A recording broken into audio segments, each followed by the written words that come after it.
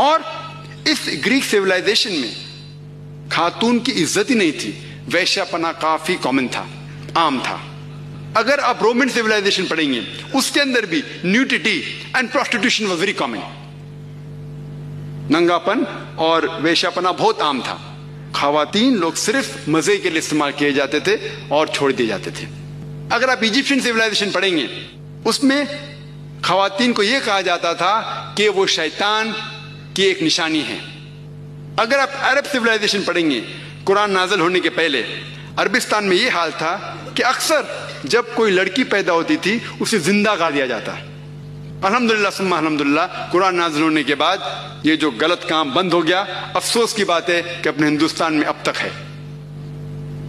اسلام ایک وہ مذہب ہے اور محمد صلی اللہ علیہ وسلم وہ شخص ہے جن نے خواتین کا عہدہ اونچا کیا.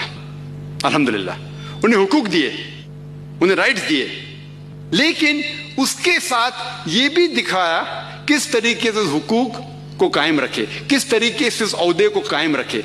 ایک ہوتا ہے کہ کہنا کیا کرنا اور کس طریقے سے قائم رکھنا وہ بھی بہت ضروری ہے.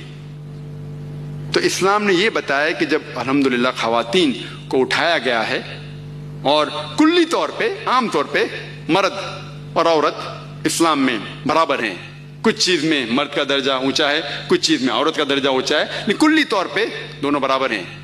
تو جب اسلام نے، قرآن نے عورت کا درجہ اٹھایا، انہیں یہ بھی چیز دکھائی کس طریقے سے اس سٹیٹس کو برقرار رکھے، اس عہدے کو برقرار رکھے.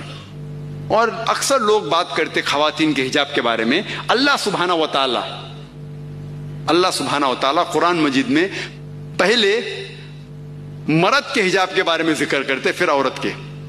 اللہ تعالیٰ فرماتے سورہ نور میں سورہ نمبر 24 آیت نمبر 30 میں کہ اے مومن مرد، اے مومن، جب بھی آپ کسی خواتین کو دیکھیں گے تو نظر نیچے کرو.